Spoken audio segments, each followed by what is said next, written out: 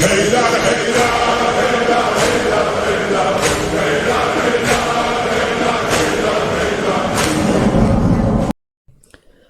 شاء اللہ لا حول ولا قوة الا باللہ العلی العظیم۔ اعوذ باللہ من الشیطان اللعین الرجیم۔ بسم اللہ الرحمن الرحیم۔ الحمد للہ رب العالمین، والصلاة والسلام علی اشرف الانبیاء والمرسلین وخاتم النبیین ابی القاسم محمد وعلی اہل بیتہ الطیبین الطاہرین المعصومین ولعنۃ اللہ علی اعدائہم اجمعین من الآن الی قیام یوم الدین۔ اما بعد، فقد قال اللہ تعالی سبحانہ فی کتابہ الکریم، بسم اللہ الرحمن الرحیم، انا اعطیناک الکوثر فصل لربک وانحر ان شانئک هو الابتر۔ صدق اللہ العلی العظیم۔ محترم ناظرین، السلام علیکم۔ میں آج آپ حضرات کی خدمت میں سورہ کوثر کی تفسیر و ترجمہ لے کر حاضر ہوا ہوں، اور اس سے قبل ہماری گفتگو سورہ قدر کے حوالے سے ہو رہی تھی۔ آج ہم اس کی ابتدا کرتے ہیں۔ پیغمبر اسلام کو یہ حکم ہوا، چونکہ یہ سورہ عظمت پیغمبر کے لیے نازل ہوا ہے، اور جو پیغمبر اکرم پر الزام ابتر کا لگ رہا تھا، جب ان کے دشمنوں نے ابتر کہا اور اکثر لوگ کہنے لگ گئے تھے دشمن، تو اللہ نے اس کے جواب میں اس سورے کو نازل کیا تھا، اور یہ کہا تھا کہ اے رسول، تیرا دشمن ابتر رہے گا، تم نہیں ابتر رہو گے۔ رسول اللہ کو خوشخبری دی گئی ہے کہ ہم نے آپ کو کوثر عطا کر دیا ہے۔ آخر میں نماز اور قربانی کا حکم دیا گیا اس سورے میں۔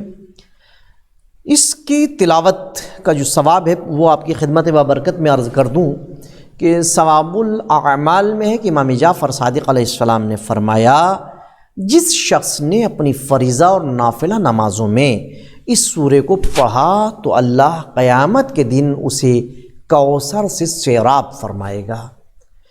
رسول اللہ نے فرمایا، جو شخص سورہ کوثر کی تلاوت کرے گا اللہ اسے جنت کی نہروں سے سیراب کرے گا، اور اسے عید کے دن قربانی پیش کرنے والوں کی تعداد سے 10 گنا زیادہ ثواب عطا فرمائے گا۔ اللہ اکبر! عید کے دن قربانی پیش کرنے والوں کی تعداد سے 10 گنا زیادہ ثواب ہے۔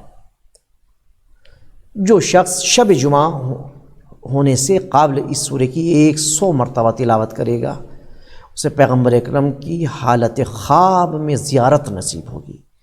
مصباح کفعمی میں روایت ہے کہ اگر جانور کے پیٹ میں درد ہو تو اس سورے کو اس کے داہنے کان میں 3 مرتبہ پڑھے، بائیں کان میں بھی 3 مرتبہ پڑھے، پس اس جانور کے پہلو پر لات مارے تو بے اذن اللہ ٹھیک ہو جائے گا اور کھڑا ہو جائے گا۔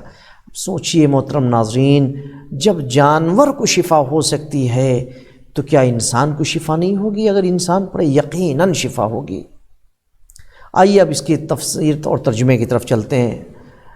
ہم نے آپ کو کوثر عطا کی ہے، پس آپ اپنے پروردگار کے لیے نماز پڑھیں اور قربانی دیں، یقیناً آپ کا دشمن ابتر ہے۔ انا اعطیناک الکوثر، ہم نے آپ کو کوثر عطا کی۔ مفسرین نے کوثر کی تفسیر میں اپنی مختلف آراء پیش کی ہیں۔ حضرت ابن عباس سے روایت ہے کہ جب یہ سورہ نازل ہوئی تو رسول اللہ ممبر پر تشریف لے گئے اور اس سورے کی تلاوت کی۔ جب آپ ممبر سے نیچے تشریف لائے تو لوگوں نے آپ کے حضور عرض کیا، اللہ نے آپ کو جو کوثر عطا کی ہے وہ کیا ہے؟ تو آپ نے فرمایا، جنت میں ایک نہر ہے جو دودھ سے زیادہ سفید ہے، اس کے دونوں کنارے موتیوں اور یاقوت کے بنے ہوئے ہیں۔ کتاب خصائل میں روایت ہے، امام رضا علیہ السلام نے فرمایا اور امام علی علیہ السلام نے بھی فرمایا کہ جب قیامت کا دن ہوگا تو میں رسول اللہ کے ساتھ ہوں گا، میری عطرت میرے ساتھ ہوگی، ہم سب حوض کوثر پر ہوں گے۔ جو ہمارے ساتھ جنت میں رہنا چاہتا ہے تو اسے چاہیے ہمارے فرامین پر عمل کرے۔ محترم ناظرین، ہم دعائیں تو کرتے ہیں کسی کے بھی حق میں کہ خبر ملی کہ فلاں کا انتقال ہو گیا، یا کہیں ہم پرسے میں جاتے ہیں تو ہم کہتے ہیں کہ خدا غریق رحمت کرے، ان کو جوار معصومین میں جگہ عطا کرے۔ جب ہم جائیں گے تو ظاہر سی بات ہے لوگ ہمارے لیے بھی یہی بات کہیں گے، سب کے لیے ایک دوسرے کے لیے کہتے ہیں، لیکن کہنے کا مقصد میرا یہ ہے کہ ہم عمل بھی ایسے کریں، ہم امام معصومین علیہ السلام کے فرمان پر عمل کریں، چونکہ یہ وضاحت بالکل مولا نے کر دی ہے، مولا کائنات نے فرما دیا، صراحتاً بالکل کہا ہے کہ جو یہ چاہتا ہے کہ وہ ہمارے ساتھ جنت میں رہے، اسے چاہیے کہ ہمارے فرمان پر عمل کرے۔ جو بھی شخص صرف محبت کا دعویٰ کرے، میں ہی کیوں نہ ہوں، میں صرف محبت اہل بیت کا دعویٰ کروں کہ میں ان سے محبت کرتا ہوں، میں ان کا چاہنے والا ہوں، میں ان کا شیعہ ہوں، میں ان کا پیروکار ہوں، لیکن میں ان کے فرمان پر عمل نہ کروں، تو پھر میں جنت میں ان کے ساتھ رہنے کا حقدار نہیں ہوں۔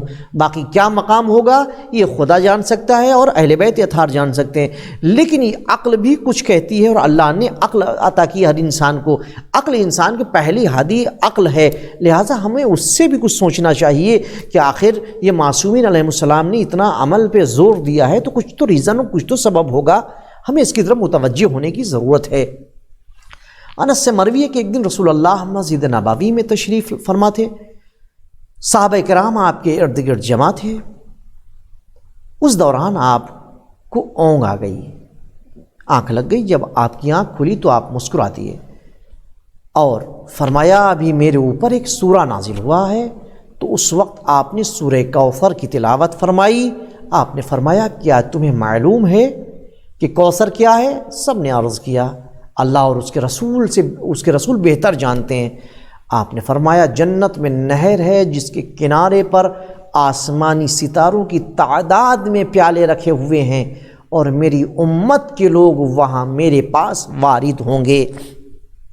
جب ان لوگوں میں سے بعض لوگوں کو مجھ سے دور کر دیا جا رہا ہوگا تو اس وقت میں کہوں گا اے میرے رب، اے میرے پروردگار، اے میرے اللہ، اے میرے سید و سردار، یہ میرے امتی ہیں۔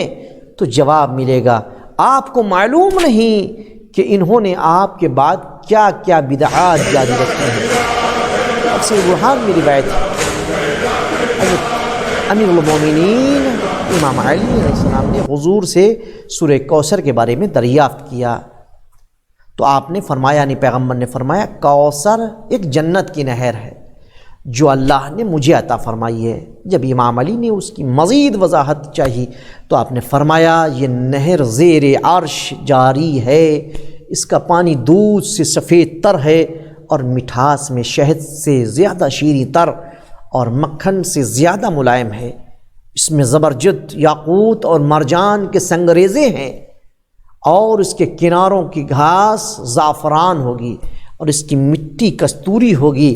پھر آپ نے فرمایا علی کے شانوں پر ہاتھ رکھ کر یہ نہر میرے لیے، آپ کے لیے اور آپ کے دوستوں کے لیے ہوگی۔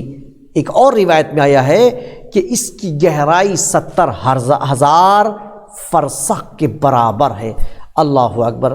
محترم ناظرین، یہ تمام چیزیں جو بتائی گئی ہیں یہ مومنین کے لیے ہیں، وہ مومنین جو محبت اہل بیت بھی کرتے ہیں، اہل بیت کے فرامین پر عمل کرتے ہیں۔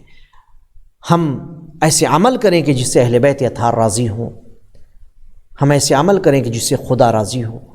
آئیے ہم عہد کریں، چونکہ ایام عزائے امیر المومنین ہے، ہم عہد کریں کہ ہم فرامین مولا کائنات پر عمل کریں گے، قرآن سے وابستہ رہیں گے، اور رمضان المبارک کے علاوہ بھی قرآن مجید سے وابستہ رہیں گے، چاہے اس کی ایک آیت ہی کی تلاوت ہی کیوں نہ کریں، لیکن انشاءاللہ ضرور کریں گے، اس کا ترجمہ بھی پڑھیں، اس کی تفسیر بھی پڑھیں، تاکہ ہماری زندگی بہتر سے بہتر تر ہوتی چلی جائے۔ محترم ناظرین، میں اپنی بات کو یہیں پر تمام کر رہا ہوں، انشاءاللہ کل اسی کے آگے ہم بات کو شروع کریں گے۔ جب تک کے لیے اجازت چاہتا ہوں، خدا حافظ، وآخر الدعوانا ان الحمد للہ رب العالمین۔